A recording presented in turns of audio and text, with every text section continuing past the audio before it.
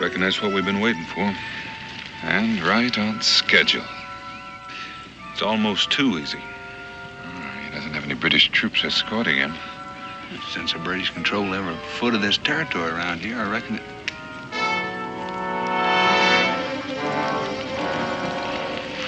Shawnee? Yeah. Well, that's something we didn't count on. We are the British.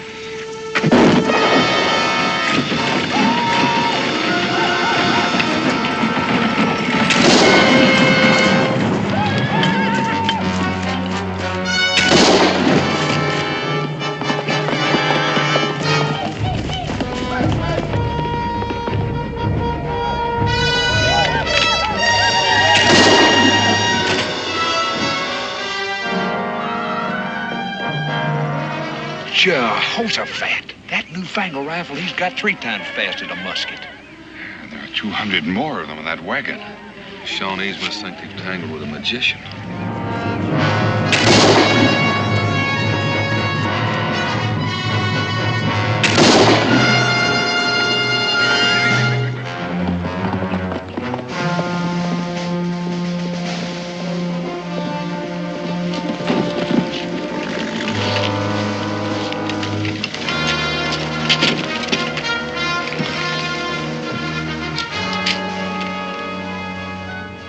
Major. I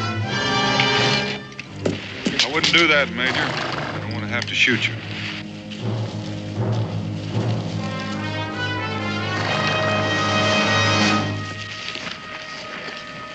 Don't be alarmed, Major Richardson. I'm not a Shawnee. You know my name? Major John Richardson, soldier, inventor, just arrived from London.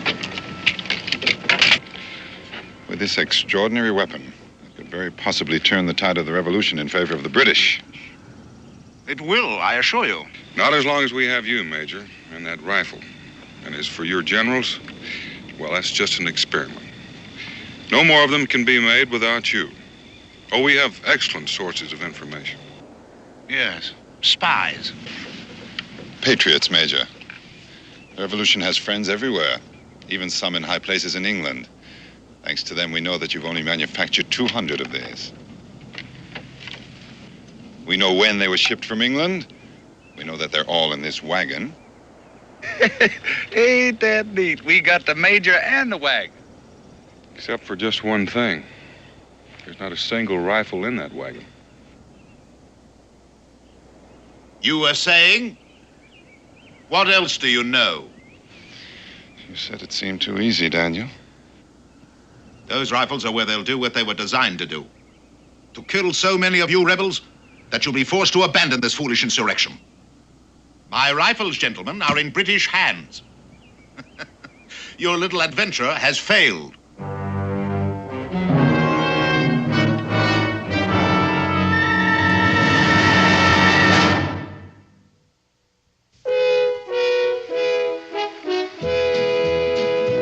Daniel Boone, what a doer, what a dream comer, truer was he. From the coonskin cap on the top of old Dan to the heel of his rawhide shoe, the ripidest, roaringest, fightingest man the frontier ever knew. Oh, Daniel Boone was a man, yes, a big man, with an eye like an eagle and as tall as a mountain was he. Oh, Daniel Boone was a man, yes, a big man, and he fought for America to make all Americans free. Daniel Boone was a doer, what a dream comer, truer was he. Daniel Boone, Daniel Boone.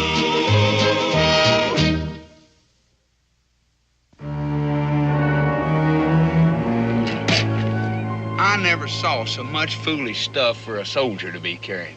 He must have 10 uniforms, boots, all kinds of reading books, silver eating tools, white tablecloths. Major Richardson is a British gentleman first, Jeremiah, and the soldier second. His inventions have made him a rich man, and he's learned to live like one. He's got some kind of a machine in there. Looks like it for fixing guns. You know, the fact that he's heading for those rifles must mean our information about date of arrival and port of delivery is wrong. We British are not bested so easily by your friends in high office. You see, we arranged for false information to be circulated, anticipating just such a contingency as this. Where are the rifles, Daniel? Well, according to this, they're due to be delivered in Salem and then on to Fort Stiles. Fort Stiles has only a small garrison, a few dozen men.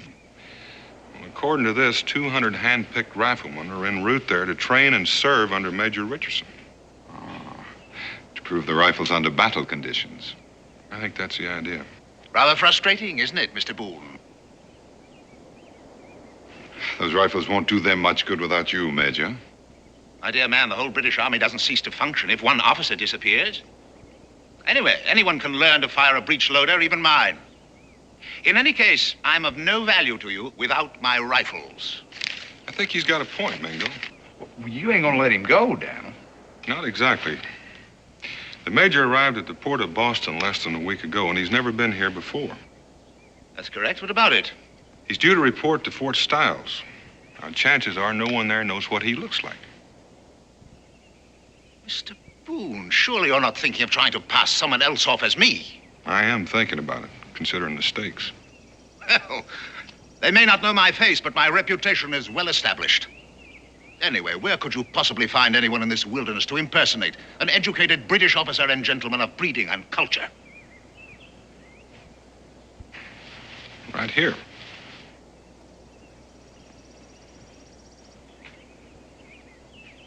This savage? Well, this savage, Major, is a graduate of Oxford. And as for your reputation, you may have difficulty living up to it once Mingo is impersonating you. Now, let's get out of this open. We've got some work to do.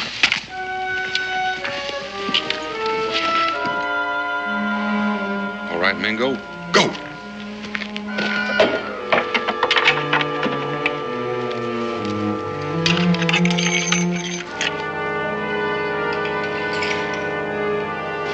You don't actually believe he can learn in a matter of hours the skills of a lifetime, do you? I think he can learn well enough, Major, to fool anybody but you, and since you won't be there to call him on. Done. First rate, Mingo. Now let's work on firing.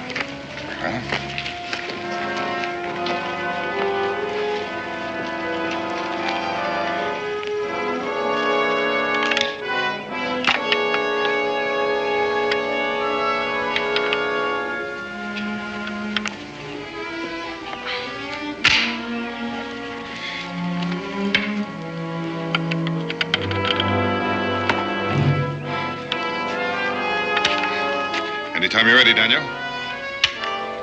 Fire.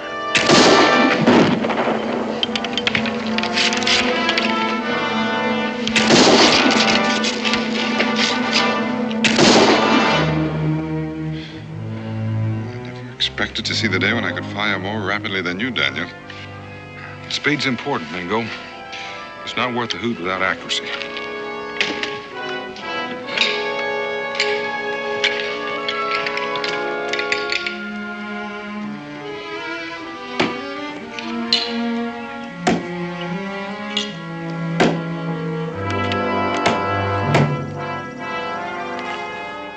At the same speed.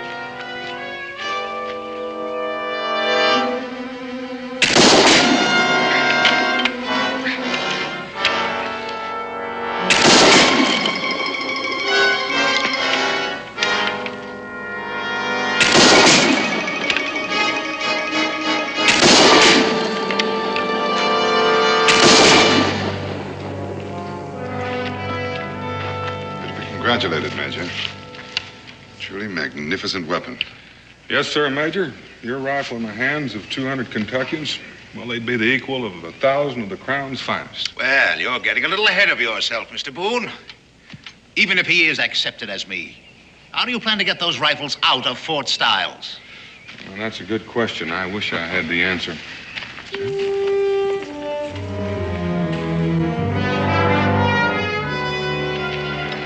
By golly, Mingo, it suits you. Well, it suits my father's English blood, but my mother's Cherokee blood is on the warpath over the scalping you gave me. Well, the hair will grow back. Yes, if my head is still connected to my neck when this is over. Well, there's no call to fret about that. I understand spies are shot, not beheaded. I can't tell you how that reassures me, Daniel. By the way, how am I to contact you when I've arranged everything? You're orderly. Orderly? Jeremiah.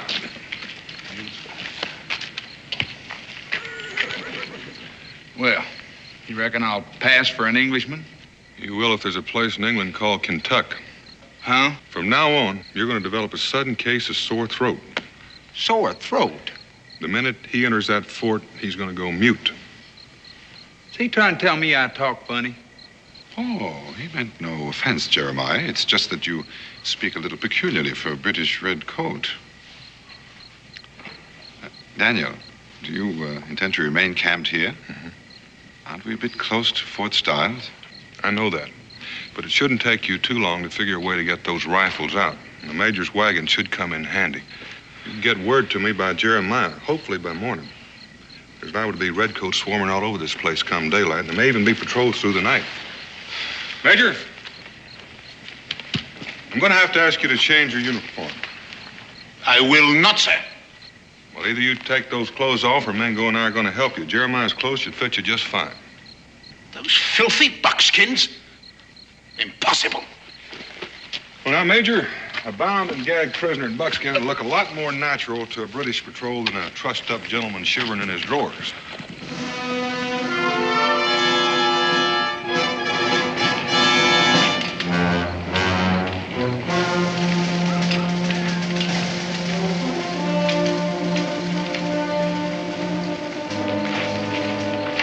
British officer and wagon approaching the gates.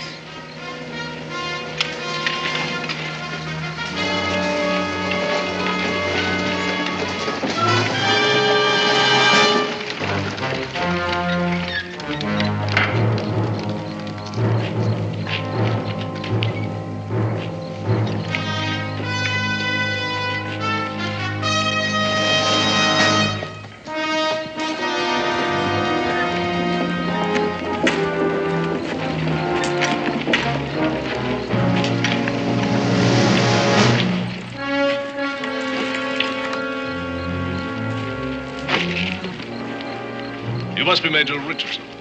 Colonel?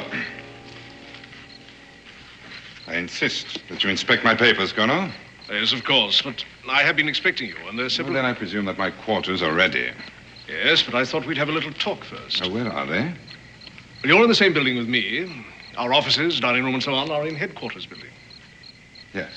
Well, that should be satisfactory. Quarter my horse, won't you, please?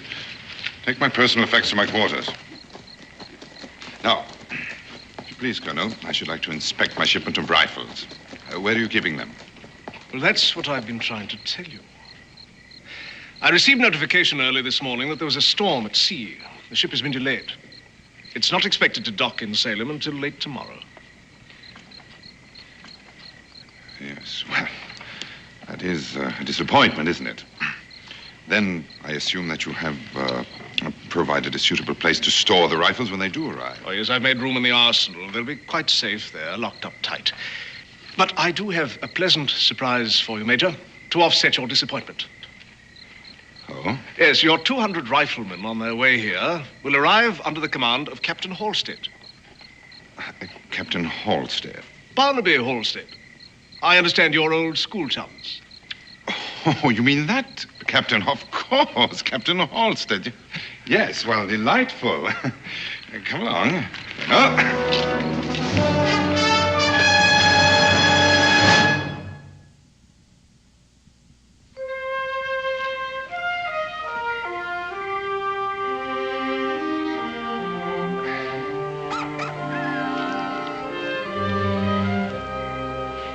I reckon you're used to something fancier, but your appetite ought to make this taste pretty good. I shall take extreme personal pleasure in attending your execution, Mr. Boone. You like to count your chickens, don't you, Major? You'll never get those rifles out of British-held territory. Even if your Indian friend does succeed in fooling the commandant at Fort Stiles. Why don't you kill me, Mr. Boone? If you're entertaining an idea of somehow using me to aid you with your flight... Eat it. It tastes better while it's hot. I never claimed to be much of a cook, but it is nourishing. What is it? Be quiet. Be quiet. Why should I?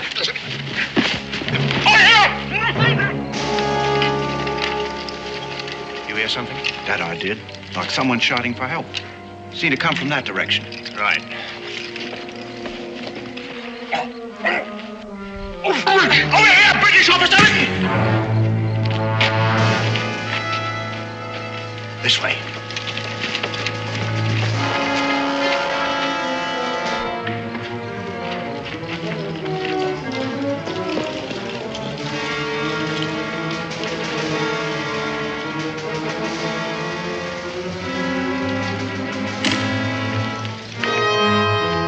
Over there.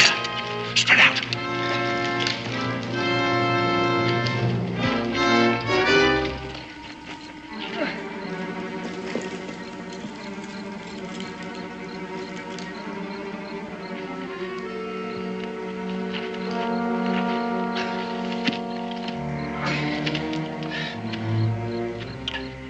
Corporal, I was never so glad to see a British uniform in all my life. That's so. See, some rebels. They made me prisoner. And who might you be? Oh, the clothes. I'm Major Richardson, Corporal. Major John Richardson. Some rebels captured me. But if you'll be good enough to untie me... Yeah, I'll untie your legs, all right. So you can march at the point of my musket. You're making a terrible mistake, Corporal. Well, one of us surely is, mister. Major John Richardson arrived at Fort Stiles an hour ago. Fool, that man is an imposter. Well, that's for the colonel to decide, not me. Now march, mister.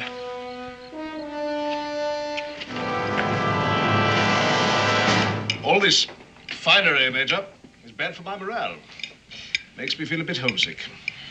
The truly civilized man carries his civilization with him, Colonel. I, for one, should find it unbearable to have to live for very long as the primitives in this country do. Well, then I must apologize for the plain fare my orderly prepared for your palate. No. I'm quite well aware of the difficulties in finding a proper cook once one leaves England. Which is precisely why I found it necessary to bring Chester here as my orderly. Not only is he an excellent soldier, but an accomplished chef as well. Isn't that so, Chester? Perhaps you'd better not try to speak. Your vocal cords will never heal. As soon as we're settled in, I'm sure that Chester will take great pleasure in delighting you with his skills in the kitchen. What exactly happened to his voice? Dust along the trail, I expect. Inflammation of the throat. Chester, you see, is accustomed to the more salubrious climate of our homeland. And his health, I fear, is rather delicate.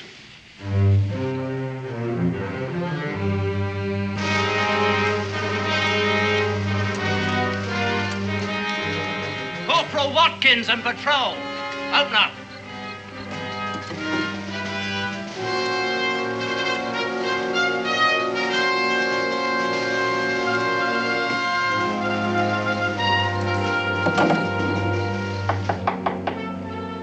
Come in. Oh, sir, there's something that requires your attention. Yes, what is it, Corporal? Well, it's urgent, sir. Well, speak up, man. Well, I don't think you'd want to bother Major Richardson, sir. Well, I'm sure it can wait till I finish my coffee. Well, I suppose it can, sir, but I thought you might like to attend to it now. I mean, just in case there's something to it. Not that I think there is. All right, Corporal, all right. Anything to stop your babbling. Excuse me, Major. This will only take a moment, I'm sure.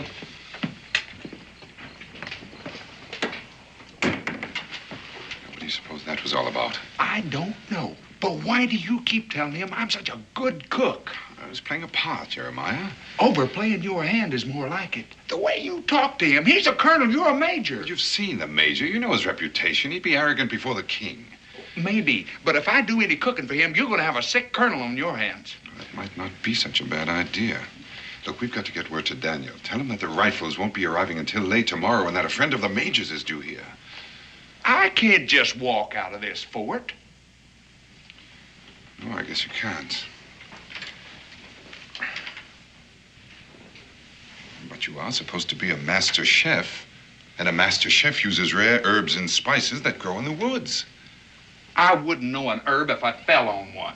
Well, most people wouldn't. Well, you can't speak, so I'll give you a note to show the guard at the gate. After you've talked to Daniel, pick some weeds to take back with you. You people are ingenious. You know, your story is so ridiculous, I'm almost inclined to give it some credence. Well, why do you suppose I was tied up? And why did I shout for help? Well, certainly the corporal told you that... You'll have to do better than that. Anyone can tie a rope around his legs and shout for help. The corporal surely told you there was another man there, the one they followed. Yes, and lost. Your accomplice in trying to convince us of this nonsensical story.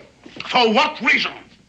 Well, probably to get your hands on those rifles, I expect. The rifles? Yes, the rifles. That imposter brought one with him, didn't he? Well, look, I can describe it to you. Yes, prove to you that I know it as only the inventor could. Major Richardson has already done that. Major Richardson? I know you people have friends in London, and I'm sure they've given you all sorts of information about Major Richardson and his rifle. There's one thing they can't help you with. Major Richardson is a born and bred Englishman. There's no doubt about that. You fool. He's an Indian. Oh, you are amusing. You mean he's one of those savages? Yes, yes. He's an Indian. He just happens to have graduated from Oxford. It gets better and better. Wait a minute. Wait a minute. His orderly. He told you the man had a sore throat, didn't he? Well, that's because he's a Kentuckian. Yes, one word out of his mouth and you'd know something was wrong. Well, you'll have a chance to prove who you are, or aren't. How? In the next day or so, an officer will be arriving here, a man who's known John Richardson all his life. What officer? A Captain Halstead. Barnaby Halstead? Perfect. Well, your friends have done a complete job, haven't they? That will settle this, won't it? And I'm afraid, Colonel, that when it does, I shall be forced to send a report on this entire matter to London.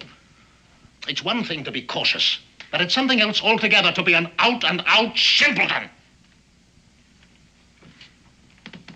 Take this man to the detention cell, keep a close guard on him.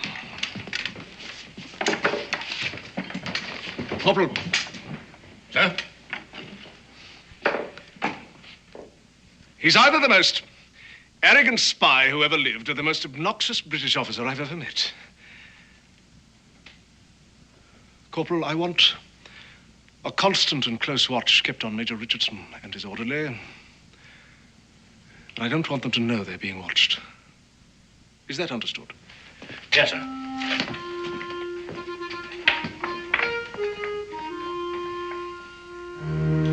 Well, it appears to me that the longer we keep up this play acting, the more apt we are to stick our foot in their mouth. Now, if them rifles don't get here pretty soon.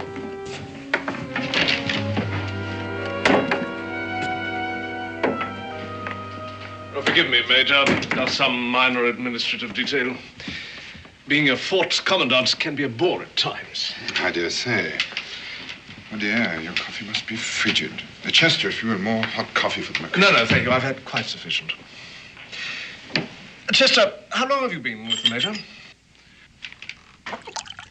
Oh, poor chap. That throat must be as raw as fresh-cut beef. 2 years, Colonel. He was assigned to me directly after I received my commission.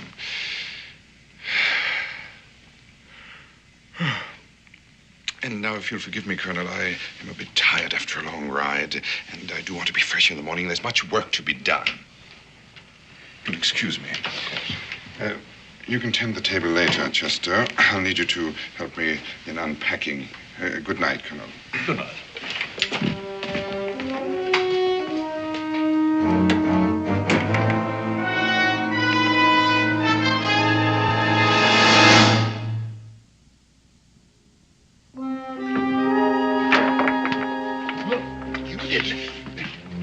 You stepped right on my... You know you pretty nigh broke my toe. You were going to answer the Colonel, weren't you? Why, he's sneaky. That's because he's beginning to suspect we're not all we're pretending to be. I don't know why, but we're going to have to be doubly careful from now on. Yeah, I should pass you through the gate. I'll tell Daniel about the delay in the rifles and so forth. You're sure you can find him? Look, I may not be much of an orderly, but I ain't no oaf.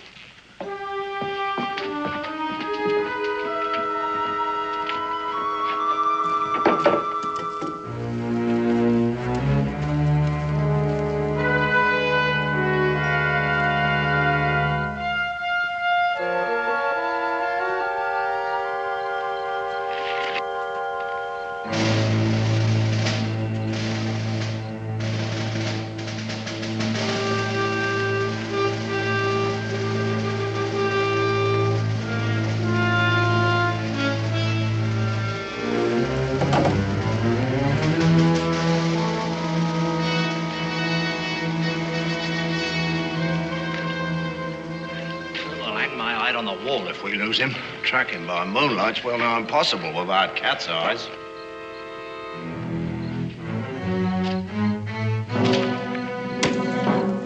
This way.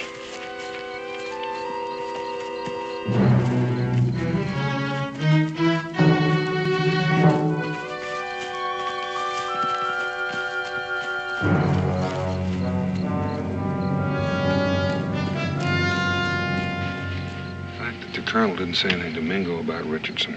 And the fact that he's got them redcoats on me. Oh, he's got his wind up all right.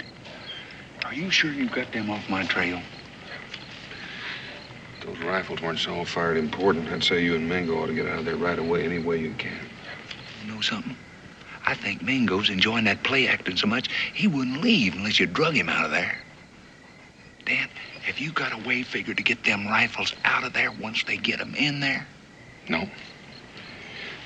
You say those rifles are due to arrive tomorrow afternoon? Well, that's what the colonel said. And the major's friend, Captain Halstead? That's tomorrow night or the next day. We still have some time left. If everything goes according to schedule. And so far, it ain't. We've got to prove to the colonel that Mingo is Richardson beyond a doubt.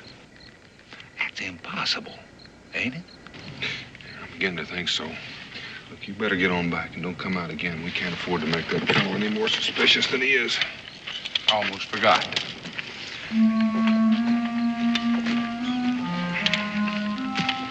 What's that? Herbs. What? Herbs and spices. That's what I'm out here for. I'm supposed to bring some back. Weeds will do just fine. That gives me an idea for your throat.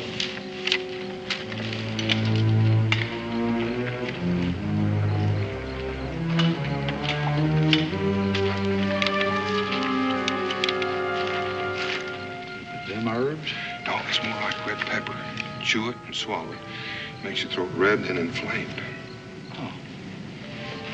Look, Dan, if I don't come out of that fort... Don't come out. Unless there's an emergency or unless the rifles have arrived. By the way, you might let the redcoats pick up your trail and follow you, and that way you'll seem perfectly innocent. You know what? I gotta hand it to you. You think of everything.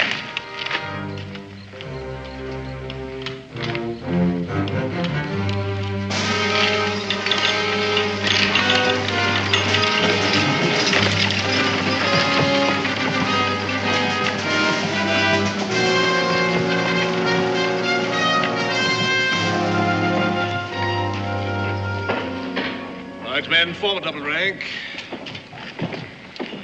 Sergeant, open them up. Well, this must be a big moment for you, eh, Major? It is, indeed. Sergeant! Through that axe. See, Colonel, I want to be absolutely certain that the rifles weathered the sea voyage successfully.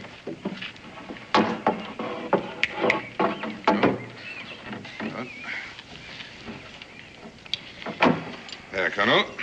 This is the weapon that's going to bring a quick end to the fighting. Yes, I believe it might.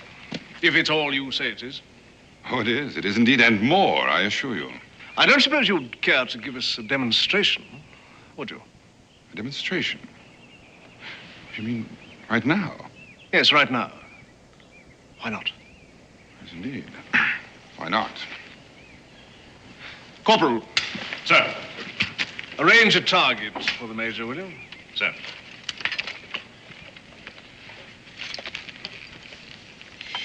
How do you want me to fire the rifle, Colonel? Standing, kneeling, prone, or on the move? On the move? Yes, you see, that's one of the distinct advantages of the Richardson rifle. Well, the choice is yours. Yeah, very well, Colonel.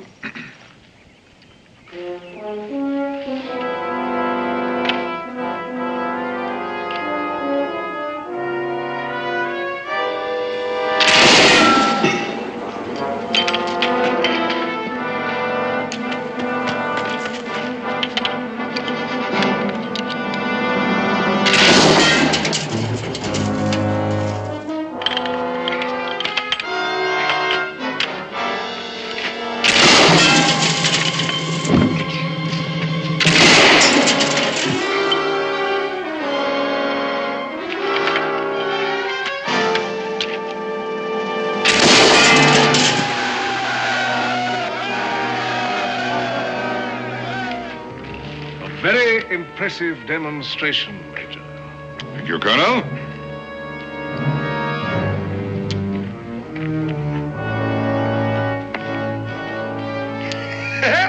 That colonel was so cocksure that he was walking you right into a trap with that rifle, and all the time you was planning to walk him right into his own trap. Oh, it warms the cockles, Mingo. I do say. Well, the important thing is he's just about convinced that I really am Major Richardson. That should give us a little more freedom to work something out. Now, if nothing else happens to arouse his suspicions, we might be able to...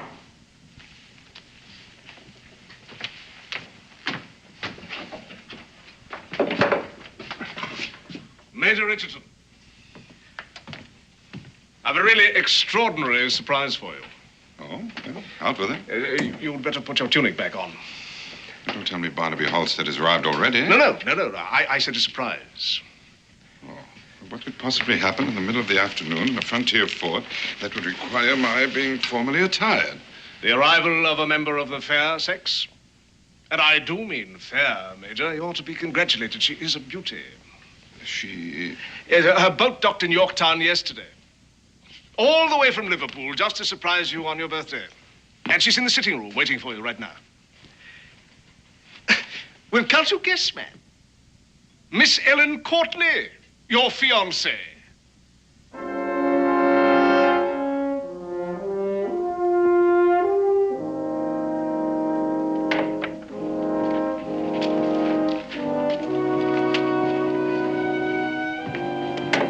Miss Courtney? Well, that's hardly the look of a man who hasn't seen his betrothed for a long time. A surprise, Colonel. Merely surprised that she'd come all the way to this wilderness.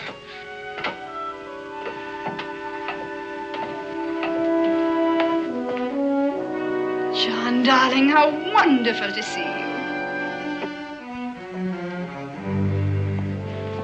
My dear, how can I ever tell you how happy I am? You almost scared me out of 10 years' growth. Poor dear. The shock of seeing me is very nearly undone. Very nearly. Well, I'm sure you two don't need me around. We'll see you at dinner, I hope, Miss Courtney. Surely. And she's brought a real surprise with her, too. Oh, Chester, Sergeant Miller, who brought in the rifles, has potions and ointments for all sorts of ailments, and he knows a bit about medicine, too. I told him about your throat. He's waiting in the North Barracks to have a look at it now. Rebecca Boone, what in the name of heaven are you doing here? Well, convincing the colonel that you're Major Richardson, for one thing. You did a fair job of that, but don't you know the British shoot spies? Oh, I don't think the British would execute a woman, but I don't think they'd hesitate to shoot you and Jeremiah. Yes, and if that Sergeant Miller knows anything at all about medicine, we're right back where we started. Oh, no. Daniel thought of that.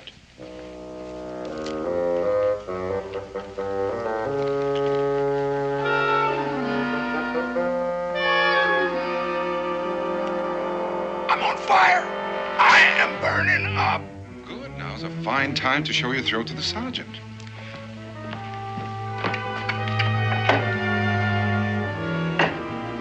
Mingo, Dan says it's going to be impossible to get those rifles out of here. Yes, with that Captain Halstead and 200 British soldiers due here any moment, he's probably right. But he does have a plan for the rifles and the Major. Speaking of Daniel... The surprise the colonel mentioned. Come, my darling.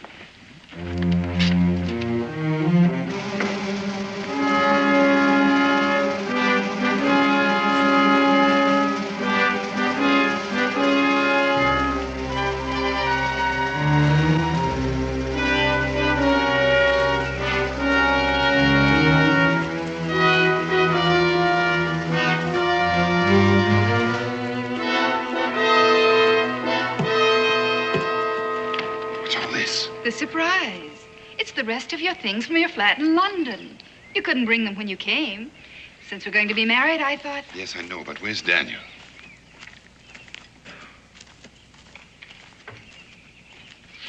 You mean... It's a bit cramped, but he'll be coming out after dark. You said he agrees we can't get the rifles out. What is all this? Well, he doesn't want the British to have them either. And as long as they have Major Richardson, they can manufacture more. Yes, but what are we supposed to do? Of course, darling, we'll have to buy more things. But you'd be surprised how comfy it'll be when I get it all fixed up. Yes. Colonel, can't men be difficult? Forgive me for interrupting. But I've just come from the barracks, Major, and that orderly of yours has a fierce-looking throat. However, Sergeant Biller tells me that he has a swab he's sure will clear it up in no time. He assures me that Chester will be having his voice back in a matter of hours. Oh, I am glad to hear that. Major, I didn't break in like this to tell you that. Not principally, anyway. Well, what is it, Colonel? I want to apologize. I've been keeping something from you out of, well, mistrust is the only word, I suppose. Mistrust, Colonel? Of me? Yes. We captured a fellow, a very convincing talker. Obviously a rebel spy who told a wild story and claimed that he was you, and that you were an imposter. But surely you didn't believe him? Well, no. At least not at first. But he knew so much about you, about your rifle. He even knew Captain Halstead's first name. Fancy that. It only goes to show how devious these colonials can really be. The audacity of the man. Well, that didn't really convince me. But when he said that your orderly had a sore throat, or at least was feigning a sore throat, well... I see, of course. He was spying on us on the trail. You're perfectly right, Colonel. We must all be vigilant, constantly. You're very generous, Major. Not at all. Colonel, what will happen to the man? The spy? Well, he'll face a firing squad. When? Dawn tomorrow. Well, that's all right. Pardon? I mean, I'll be back in my room at the hotel in Salem. I wouldn't want to see. Of course. Well, dinner, then? Of course. I almost forgot the best part. He insisted that you were an Indian. An Indian? I? An Indian? Fancy that. That is amusing. An Indian, I? An Indian.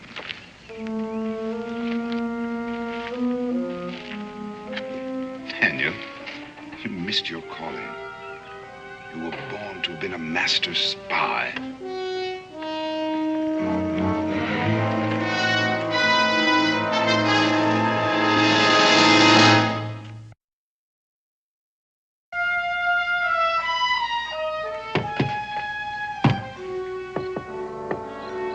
Daniel, it's time.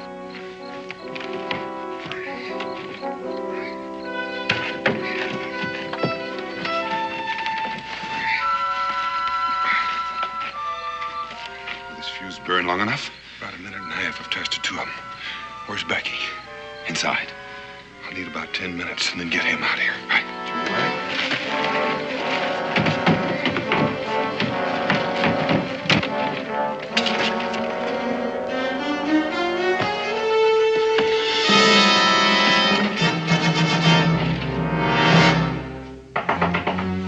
Come in. Forgive me for disturbing you, Colonel. Oh, not at all, Major, not at all. Do come in. Since he's to be executed in the morning, I should like to question that fellow who claims to be me. I think we should do everything we can to find out where, how, and how much the rebels have learned concerning our plans for the Richardson rifle. Well, I doubt he'll talk, but it's certainly worth the effort. Matter of fact, I'd like to be part of it. Excellent, Colonel.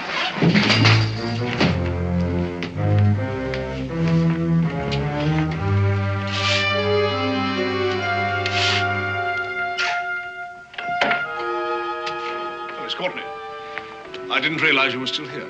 John will drive me to my hotel in Salem shortly. Don't you think it would be better if Miss Courtney were not here when we question? You're probably right, Colonel. You'd best wait upstairs, my dear. This may prove to be somewhat unpleasant. Come in.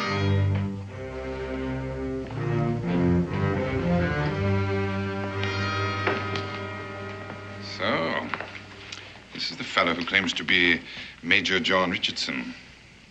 Meet your fiancée, Major.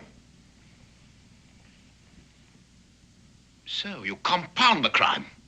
She's an imposter also. I see. You've decided to continue this ridiculous fiction to the end. You see nothing, Colonel, because you're a blind and thoroughgoing fool, which you will learn to your sorrow when Captain Halstead arrives. In that case, you'd better pray that Captain Halstead arrives before dawn, hadn't you? My dear. Now, look here. Don't you think you've gone far enough with this masquerade?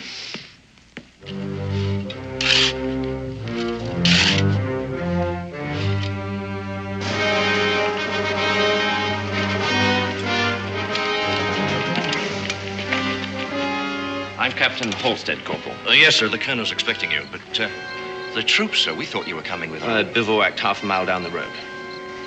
Well, I'll tell the colonel you're here, sir. Don't you see how pointless this is? Now, I can't promise you clemency, of course, but if you tell us... Come in. Oh, sir, Captain Halstead's arrived. Well, show the captain in, Corporal. Yes, sir. Are you going to tell us that Captain Halstead also is an imposter? John, what in the world are you doing in those clothes? Behind you, Barnaby. Don't! Captain, now, if you'll join the Major there. I prefer not to shoot you, Colonel. At last you can see with your own eyes what an utter fool you've been. Rebecca!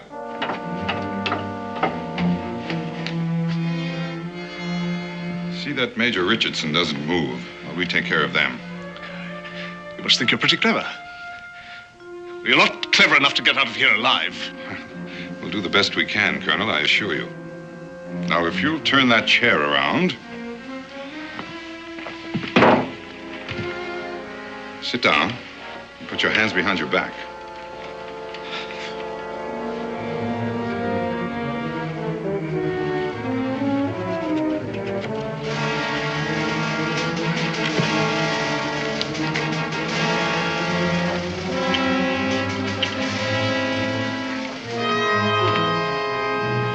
Be grateful, Major. Leastwise, you ain't gonna be shot at sunrise for spying. Meet you at the wagon, Jeremiah. You ready, Rebecca? Yes. Remember, casually now.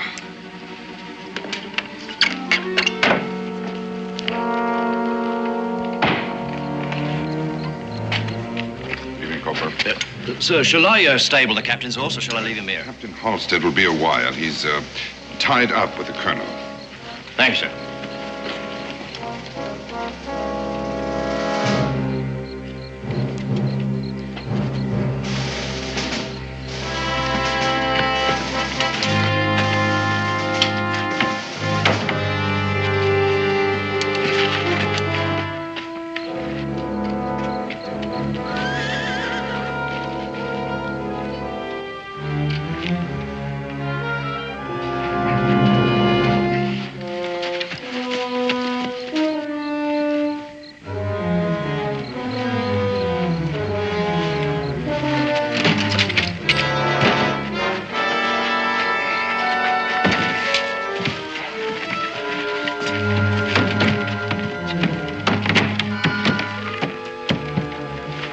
Daniel, we're ready.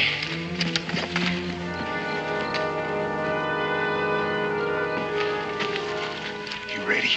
Right. You say that fuse will burn for a minute and a half. You sure it'll blow up all those rifles in there? When that gunpowder goes, those that are not blown up will be burned to cinders.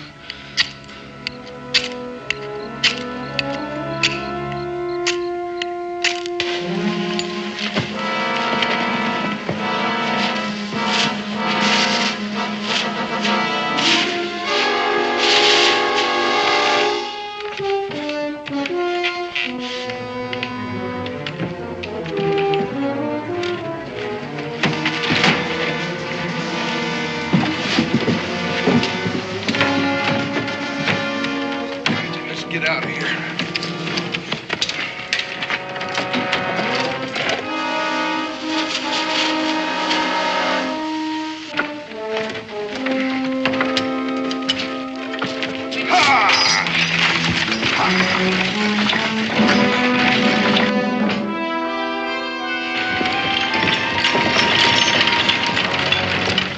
Nice night for a ride, sir? Yes, isn't it, Corporal? Will you be coming back from Salem tonight, sir? As a matter of fact, we won't. We are in a hurry, Corporal.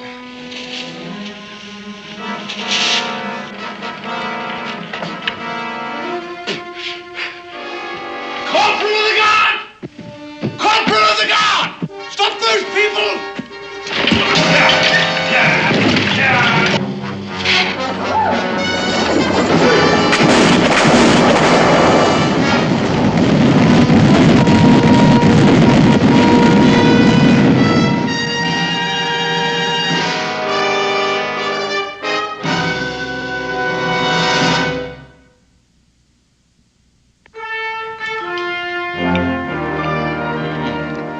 Mighty good. Thank you, sir. Coffee? Mingo? No, thank you, Rebecca.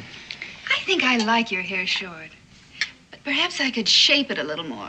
You do, and my mother will come down from the happy hunting ground and haunt you. Coffee, Jeremiah? Careful, it's hot.